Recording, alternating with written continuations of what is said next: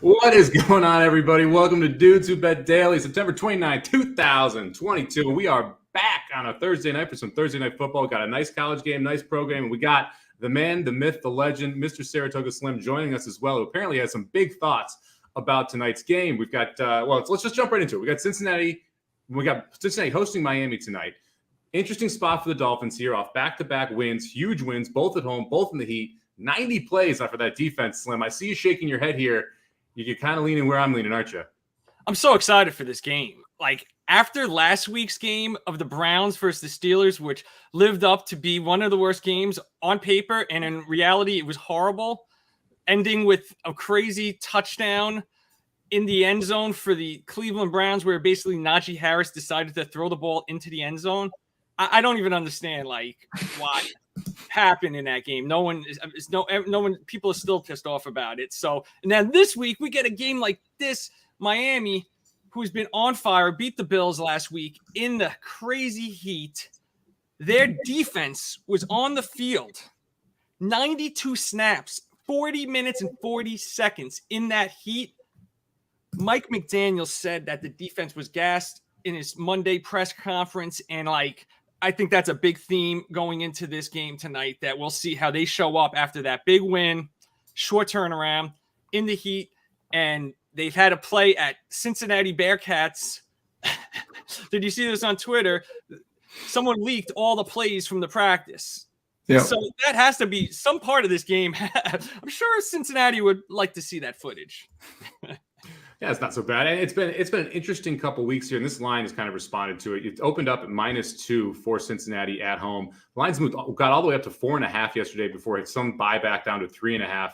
So we've seen that line move specifically because of the back-to-back games and the time on the field for that defense, as well as Cincinnati just getting a get-right game with the Jets. Aaron, I was interested in Cincinnati -2. -3.5, is that an appropriate adjustment based on the schedule that the Miami has had coming into this game? Is it an overcorrection? That's what I was going to ask both of you guys today, because here's the bottom line of the whole thing. The Bengals, sure, they got a get-right game against the Jets. Big deal. They've looked like shit for 2 of the 3 weeks. Miami's looked good all 3 weeks. Now the Bengals are a 3.5-point favorite. You tell me they're over a field goal better than the Dolphins? I'm not sure. I'm a little worried all of a sudden about this spread for the Bengals. Listen, I think Cincinnati's got the advantage. I think they're going to win this game. 3.5, I'm staying away from it. I think it's an overcorrection. What do you guys think? Well, I'm not going to answer that question because my best bet's coming on one of the two sides. So we'll have to wait till the end of the show to find that one out from me. What about you, Slim? Do you think it's an overcorrection, or are you interested in the Bengals at 3.5 here? No, I'm not going to play the line in this game. I'm always focused on the player props. Of course. You're always slim picking out there. All right, Aaron, we got a college game tonight as well. We've got BYU and Utah State. We were talking a little bit going before the show about this one. It's shocking to see a 24-point spread in here. Utah State, 11 wins last year, returning a bunch of starters, just not as good.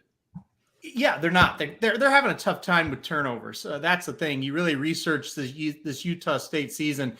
It's just been turnover plague, man. 2 and 3 interceptions. I think they turned it over like 6, 7, 8 times against UNLV last weekend in a home loss to the Rebels. They got beat by Weber State 2 games back, 35-7. So look, 24 points is a lot of points to give up, and that's what BYU. You're going to have to lay the 24 if you're going to take them. Holy hell. I almost took BYU minus the 24. With the back of my head, I keep thinking, listen, this Utah State Aggies team, the roster isn't that bad. So if they can keep from turning the ball over, they might keep it closer than that. I thought the point spread was just a little too much to take. On the flip side, you don't really want to take Utah State in anything right now. So I wouldn't want to bet this one either. I think both these football games, man, I'm just kind of watching tonight. I've got strong opinions on a couple of college games tomorrow. We'll see if they make the best bets. But tonight, I'm just kind of taking a wait and see approach to this. Yeah, it's a fun football weekend. We've got a game tonight. We got a couple games tonight, a couple games tomorrow night, obviously heading into the weekend for Saturday and Sunday. So the next 5 nights we'll have football, which is exciting, especially from a betting perspective. I actually like BYU first half in this spot. I think they might put the hurt on early. It's tough to play in Provo, Utah there. And BYU at home, specifically in night games, is generally just rocking. So I wouldn't be shocked if they jump all over Utah State early, maybe not cover the 24, but I'm interested in them up to minus 14 in the first half. That would make a little more sense. It kind of a little bit easier to play that one. listen, Utah State normally has a good offense and can kind of match you blow for blow. That has just not happened. I do think BYU puts up points, and you're kind of right. If you kind of think, hey, it's going to snowball on them a little bit early, I don't mind that bet. I looked at the first quarter, the half, and the full game, but I just kept thinking in the back of my mind, Utah State is better than what they've played so far. So we'll see what happens with the Aggies tonight. Oh, it's a fun couple games. So hopefully you guys enjoy the football there. Papa Dude heading to the world of baseball here. So let's just head over into the best bets here before we get into so since we are covering a couple of the games tonight. Aaron, you want to kick us off with Papa Dude's best bet? Yeah, he took the Guardians here. Listen, we went 1-2 yesterday. He got his right. He went under 7.5 runs. The game ended 1-0, so that was really nice for that. And our games, my gosh, how frustrating can baseball be sometimes? Oh, unbelievable, brutal, man. Give the Mets credit for coming back and winning after getting behind 4-0. The Braves can really go to hell for not being able to get minus a run and a half, giving up 2 runs against Washington. But anyway, yeah, for the Guardians today, he said, look, he was the same way. He hated both the football games. And that was like, okay, I'm going to lean toward the Guardians. He thinks they're going to show up with a pretty good effort here. He loved the minus 108. He thought it should be a little bit more heavy a favorite than that. So he found some value in this bet, at least for his personal value when it comes to that. So he thinks the Guardians are going to get it done, and let's see if he can go 2 for 2 to start off baseball. Yeah, I mean, it's a good start for him yesterday. I had the under in the first 5 innings. That was kind of fun since it was 0-0. That was a pretty easy one to hit as well. A great call by Papa Dude there, and that under never even had to sweat it. Before we jump into your best bet, real quick, since this is kind of relevant to your best bet in a way, which we'll talk about in a second, what do you think of the Oklahoma Derby over the weekend? Oh, I'm with Davey. I hated it. I absolutely hated it. I was against Rattle and Roll completely. Honestly, Oklahoma Derby Day at Remington Park was one of the worst days I've ever had in my life at Remington Park. I could not get anything right. These Brad Cox horses, none of them showed up. Nope. They all ran like complete garbage. So that kind of screwed a lot of stuff up. And if King Ottoman would have caught Rattle and Roll, it would have helped a little bit, but not much. I hated that day. Yeah, I mean, we talked about how Cox was loaded and it just did not go well. And then we got news that Giroux leaving his agent as well over the weekend. So that was kind of a little bit of the horse racing information that kind of broke. Yep. I thought that was interesting that you're going to get a new jock station for Giroux. You mentioned how you thought that his agent did a wonderful job. All right, let's see. How am I going to phrase this? I think he did a wonderful job. I'll just keep it at that. I think Flo's jock agent did a great job building his career. Yeah, got him some mounts that he probably wouldn't have otherwise. All right, Slim and I are both going to don't even ask me about the Flo. I know your opinion on Flo. I'm way too close to this situation. I know all 3 parties involved very closely, so I really can't. I don't want to upset anybody, but I'm very confused by it. Doug has been great to me, and Flo the Jock's my man. So, I just hope Doug finds a good place to go and find a nice jock that goes with Doug Bradar, because any of the jocks out there that know me, Doug is amazing guy. So that's all I got to say about that. Were you shocked, Slim, by the news? I was like, I haven't been on Twitter that much because I've been busy, but. Yeah. I saw that pop up and I was like, what the hell is this? Because I had first saw the tweet from Doug before it became a blood horse story. Right. And I guess other places probably ran it too, I would imagine. But yeah, Flo the Jock, man. Surprising. I don't know. Maybe he didn't like to go to Del Mar or something. I don't know. He didn't want to be out there. Who knows? Yeah. Not sure what happened. All right, let's jump over to the best bets from the Thursday night football game here. Slim, you got a Slim Pickens here going to a player prop. Tell us a little bit about your boy, Jamar Chase. I'm so excited for this one. This is not Jamar Chase over yards, because I know the thing there is they have 3 receivers that are really sharing the load there. So the over for Jamar Chase is very high. I think it's like 74.5. So I'm staying off of that, because maybe it's too much sharing amongst them, but I think he has one big play in him. So the over 24.5 yards is the bet with Jamar Chase, one of the best wide receivers in the game. The Dolphins are giving up the 2nd most passing yards per game. All right. It might get spread around. So that's why I'm not so sure if Jamar will go over. They're tied for the 7th worst in the league in yards per attempt, giving up 7.3 yards per attempt. It's pretty good. 7.3 yards per attempt, not yards per completion. So the Dolphins have given up long plays of 27 and 26 yards to Diggs and McKenzie last week. And the week before that, when they played Baltimore, Bateman, Likely, Andrews, and Duvernay had 75, 34, 26, and 25-yard plays on them. So 6 players in the last 2 weeks have gone over this number. So if you think the best player on those teams is going to go over, that's a good indication about how the Miami defense is playing. Chase last year, he went over this in 10 of his last 11 games last year. He has had only a long catch of 24 yards back on week 1. So this number probably coming down for that. Last week, his longest catch was only 10 yards. The week before that, 17. So it's a low number because he has not been performing, but obviously he was ridiculous last year, going up 40. I'm just going to read off these numbers real quick. Sorry. Just listen to these numbers in his last 11 games last year. His longest play reception of each game was 46, 22 was the time he was under, but then he had 57, 28, 50, 42, 34, 44, 70, 53, 82. And those are his games, including the playoffs. So this guy's capable of 82-yard catch that just blast this. And just Miami's coming in. They have to be so fatigued from playing in that game where, Stephon Diggs is one of the guys. He went out of the game with cramps. It was one of the hottest days in Miami. I just think they're going to be gassed. And when a team is gassed, they give up big plays. He's going to be probably put Howard on an island out there with Chase. He's been one of the better cornerbacks in the NFL, but been struggling this year. I think he's like 99th right now in the NFL, according to PFF ratings. He was the one who gave up that 75-yarder to Bateman. He was the one who gave up that 33-yarder to Diggs. So he's been struggling against some of these speed receivers, specifically when Miami blitzes. It'll be interesting to see if Miami blitzes a bunch in this spot against that offensive line that obviously has some holes for the Bengals. I mentioned this is my best bet. I'm going to play the Bengals minus the 3.5. I don't think a 1.5 is enough of an adjustment for what Miami is facing here. I had this as about a 2.5-point game according to my rankings prior to factoring in the rest and the other issues that you're seeing for Miami.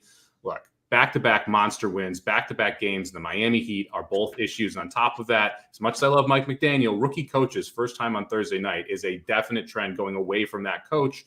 That's what you're getting here from Miami. They're going to be distracted because of everything that's going on in Florida right now. It's just not a good spot for Miami coming into this game.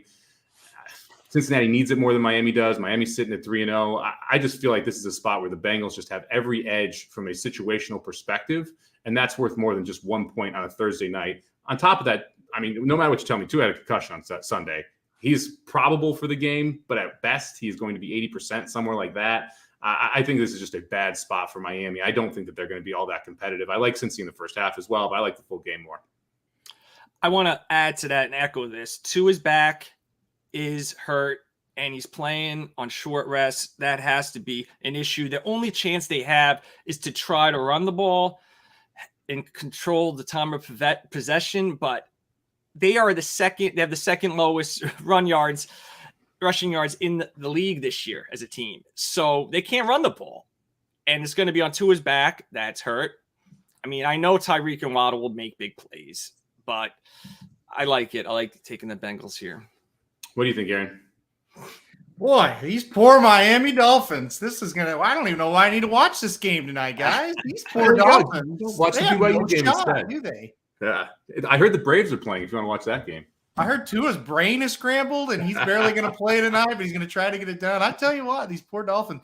Look, I don't know. I would be a little bit worried about playing this one, honestly. The Dolphins have looked much better than the Bengals through 3 weeks, and I get it. It's a tough spot. 3.5, man. That's a lot of points in the NFL. That's all I'm going to say. I hear you. I we'll see what happens tonight. It's going to be an interesting game either way. Mixing receptions over 3.5 coming in from JL. I don't mind that look either, especially right, JL. I'm going to track that one with you. Especially if you think that you're going to see pressure from that Miami offensive line, the dump down becomes a lot more likely. Yeah, I mean, Samaje Perine has been taking some snaps, so I got to take a look at that as the mix-in receptions. But I'll do some research into that one, and I'll have a comment at the halftime show. You'll see me tonight with Somobomb on the Betapalooza with my best 2 prop picks. So I'm throwing that out. So JL, join us at halftime. We'll see where Mixon is with that 3.5 over. All right.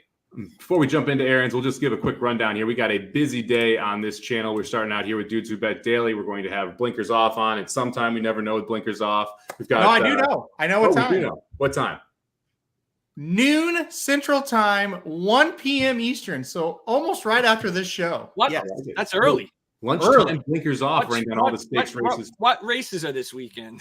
Let's see. We are going to do. Let me pull up the champagne and Life is Good runs. Nice. Yeah. Yes, we're doing the awesome again. Woodward, Miss at the Big A, Champagne, Ack, and at the Big A. I love it.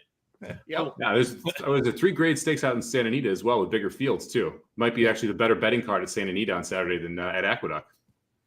What's better than playing Life is Good at 1-9? Jesus.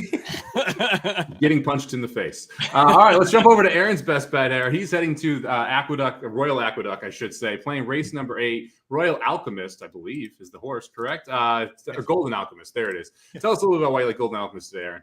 We'll get it right eventually. Boy, I can't wait for this halftime show. It's probably going to be like 50-0 Bengals by the sounds of these games. So we'll see what happens there. I'd be happy with it. Everybody tune in for those second half prop bets. All right, Golden Alchemist for me in the 8th at Belmont at the Big A. Listen, it's a mixed bag with this horse, but I really believe getting back to that 1 1/8 is really going to help. The race 2 back at a 1 1/8 at Saratoga. He was fantastic. I was there live and in person, and man, he just exploded top of the stretch and dominated that race. I like that he could sit a little bit closer when going that distance, but I do like there's a lot of speed in the race, so he can sit 3rd, 4th, 5th, kind of just behind that speed and pounce and be the one that they're going to have to run down after he passes those speed horses, hopefully. So I do like Golden Alchemist today. Last time out, he was in the grade 3 Smarty Jones at Parks. He didn't get involved in the race early, and that was it. But if you've watched Parks, if you don't get involved early, you're in big trouble. So I kind of give him a pass for that race. I kind of just think, well, he didn't get out to kind of his early position they needed to get it, and that was it. He also cut back in distance in that race to 1 1/16. So again, the 1 1/8 and getting out of Parks, I think is going to help this horse. It's a tough race, and I think we're going to get a halfway decent price on this horse. I don't expect him to get bet down crazily off that 5-2 morning line.